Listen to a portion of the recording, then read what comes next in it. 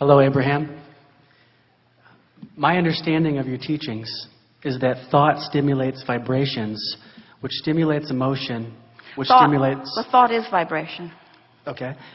And you said that creation requires no action, and that the evidence will reveal itself. So here's my question.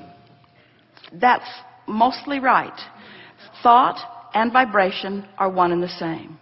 And a practiced thought is a practiced vibration that equals a point of attraction. And if you keep it up for a little while, then it becomes the reality. But the vibration is where you're wanting to put the emphasis, and we are too. So money doesn't grow on trees. It only comes from other people. And the only way to get money from other people is to either steal it or to create value which people will pay for. So, if people just sit on the couch thinking about what they desire, the money, and asking for the money, and giving off the vibrations, and feeling the emotion of receiving that money, that which they ask for, but they take no action to create any value which people will pay for, then how is their income and money just going to come to them if they take no action? Well, the flawed premises that you just spewed are abundant there. And first, here's the biggest assumption that you are making, that as we resolve it, it will be easier to hear everything else. The first really major flawed premise in what you spoke here is that value only comes from action. And what is economy anyway? In other words, who gets to decide that what you do for a living is only worth $8 an hour, and while what that one does for a living is worth $50 an hour, and while that one does for a living is worth $10,000 or $10 million an hour? Who gets to define that value anyway? It's not very well defined, is it? And yet, where did your economy come from? Just a few hundred years ago, on this continent, you were trading beads and shells and a little bit of minerals. That was your basis. Jerry remembers when the gold standard was $35 an ounce, the gold standard. And everything was supposed to be sort of measured against that gold standard. There are no standards like that that remain consistently. Who gets to define value? You're going to come round to understanding that the only true value that you can ever reap the reward from or experience the benefit of is the value of alignment with this energy that creates worlds. What kind of monetary value do you put on that? Do you ever hear anyone say, well, I've been so well for so many years, and there are so many people out there who are sick, and I've been using up all the wellness value for so long that I've decided that I'm going to be sick for a while to allow more sick people to be well, because I've been getting more than my fair share of wellness. You never say that because you don't see it as a pile of something that can be divvied out. You accept that as a vibrational relationship in some way. You haven't really defined it. Humans say, well, that one's just unlucky in sickness and that one's just lucky in wellness. But it's not like that at all. There's a vibrational abundance that is being realized by some and denied by others, but they are all doing it to themselves, you see. There's not a big pile of resources that you're divvying up. Somebody didn't set the monetary fiscal standard for the universe, and there it all is out there, and now you have to steal it or trade it. That is so old news. This is a vibrational reality that you're moving into, and it is thought and alignment. Who do you think was paid for this earth that is now congealed and spinning in its orbit? Who was paid for that? Who scraped that value together, and who was paid for it, and who tends for it in its orbit? In other words, there are so many things that you can't begin to explain through a platform like the one that you just presented to us here. And that platform is not serving anyone at all, you see. So now,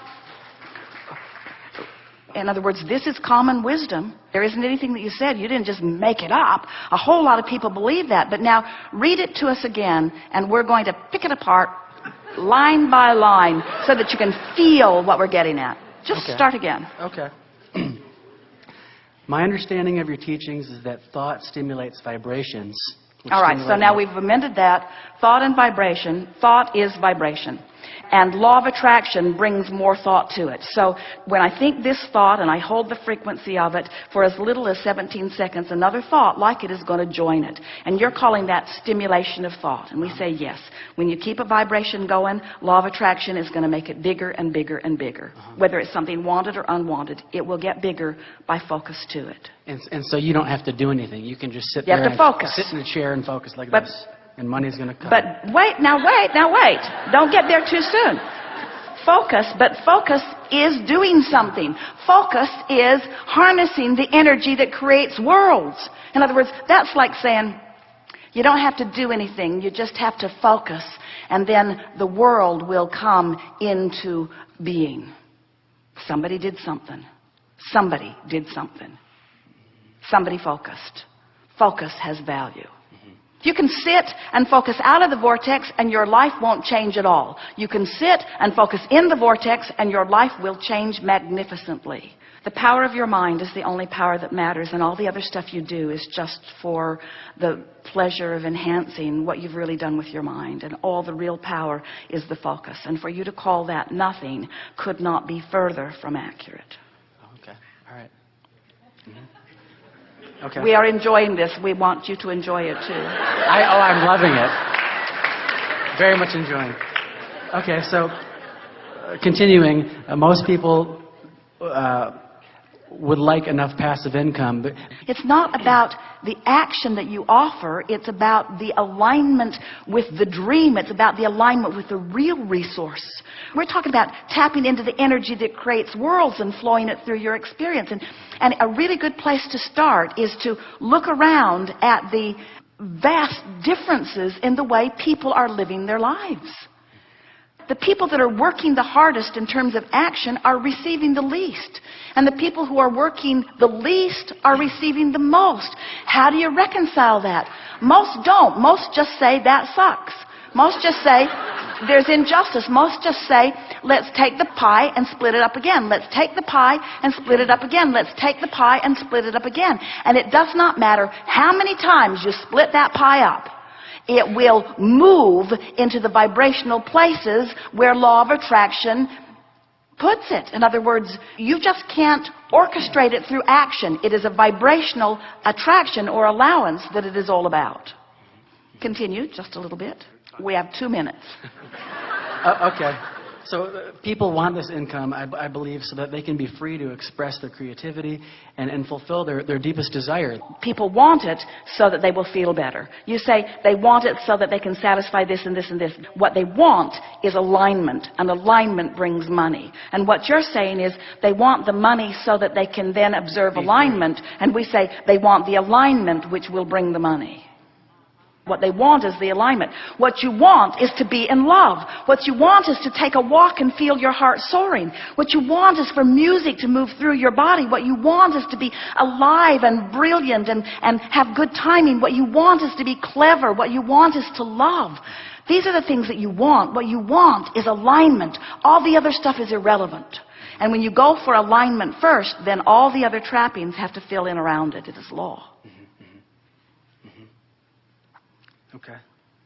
So the point of the whole entire question is just simply trying to understand how you can create what you desire without taking physical action. And what we're saying is you've already created it with all that you've been living, and it's waiting for you, offering a signal, and all you have to do is hone in on that signal. And you can tell when you're honing in because you're feeling better, and you can tell when you're getting closer because you're feeling lighter, and you can tell when you've really honed in because you believe, and you can tell when you consistently honed in because you just know life is good, and you just know you're stable, and you just expect it to be good. And now you're moving through life doing the action which is delicious, doing the action that supports your knowledge of well-being.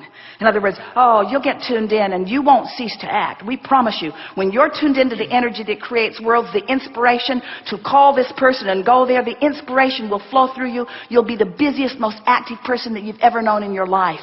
But the inspiration comes first and inspires the action. The action doesn't create. Good time for segment Got one. it. Thank you.